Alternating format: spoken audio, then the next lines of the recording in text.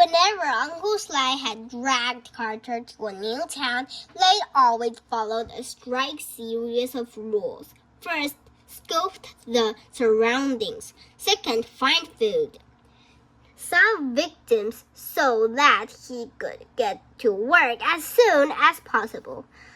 As a violent rumble shook his stomach, these rules flew out of Carter's mind. Miss Zaluski's grilled cheese and radish sandwich was the last food he had eaten, and painful hungry pangs were making him suddenly dizzy. The breeze carried scents of fried thoughts and bit barbets and billed sweets across the gravel lot, motivating Carter to move faster.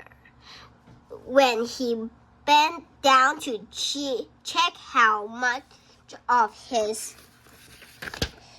emergency money was left in his shoe, he gasped in horror. The stretch was gone. Memories of yesterday flicked through his brain like film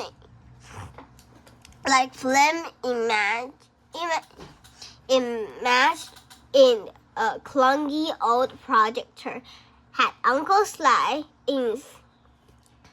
anticipated that Carter might run away and stolen his stash in advance, or maybe Carter had been so upset about Miss Zaluski's diamond he'd forget to remove his money from his pillowcase and shoved it back into his shoes as he'd done every morning since he could remember. Whatever happened, it didn't matter now. He was broke.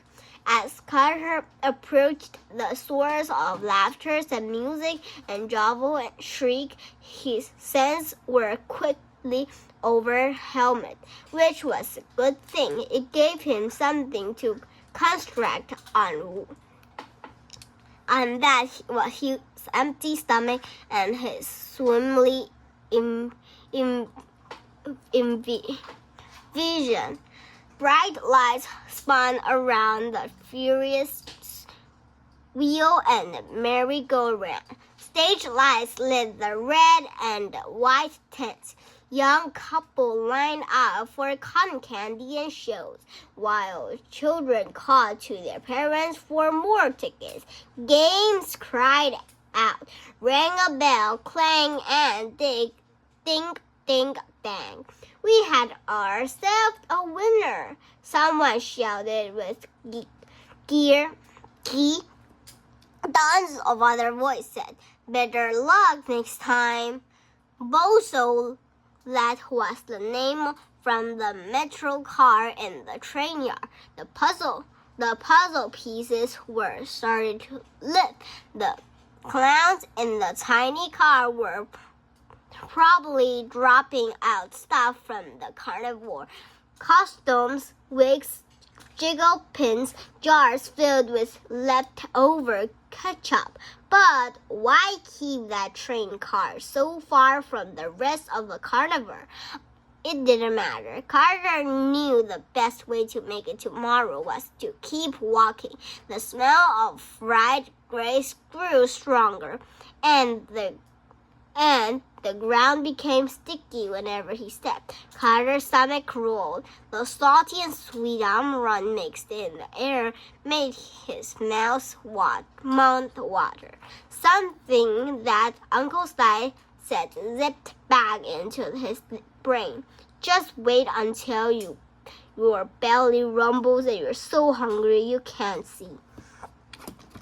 You'll be stealing more than Nicholas in one time. What if Uncle Sly had been right? With no money, nothing to eat, a growing sense of disappearing, Carter wondered how he'd keep himself from breaking his code that very evening. He could have easily used his 10 cents to acquire some carnival card. tickets, but he didn't steal, which include tricking people into giving him something for nothing. However, if he faints, someone might call the cops. Welcome, one and all, to the greatest show in the side of the Upland Trail. A sideshow bark echoed through a con from the top of his bound. The thin man looked like a sticky figure, yet his voice bloomed like he was a giant. Play games, win prize. Eat food, you are sick. Heard the histories with cuckoo's fun house. Get lost in the mind blend maze of mirror. Shoulder in the shadow of Boso Blender, the most threading thread rose since the last time you thread up, and make sure you stick around all the end of the night for Boso's grand final show.